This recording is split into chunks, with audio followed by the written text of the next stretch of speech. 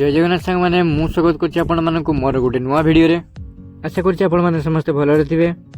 Title आउ thumbnail देखी तो आपने जानी सारी आजिकार वीडियो कौ रिलेटेड होगा जाऊँगी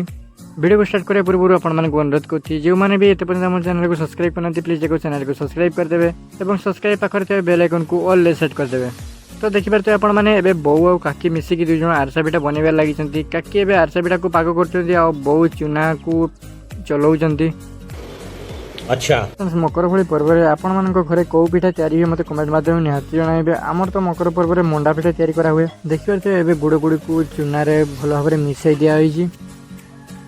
एपटे तेल गरम कराऊँ तेल छाणा हम फ्रेंड्स आमर एपटे मकर मंडा पिठा तैयारी कराई मंडा पिठा को आमर एपटे हांडी तैयारी कराई फ्रेंड्स आम एपटे मकर गोटे बहुत बड़ पर्व तो आम मकर को बहुत धूमधाम पालन करता फ्रेंड्स हांडी मंडा पिठा आमर एथर तैयारी मुझे तार गोटे सेपरेट वीडियो बनी चैनल अपलोड करी आपण मैंने जाकि देखिपारे। आमर एपटे प्रायतः समस्त घरे मकर मंडा पिठा ही तैयारी कराए जो हांडी मंडा पिठा तैयारी हुए से हांडी को प्रथम पूजा करा हुए तापर से हांडी पिठा बसा हुए।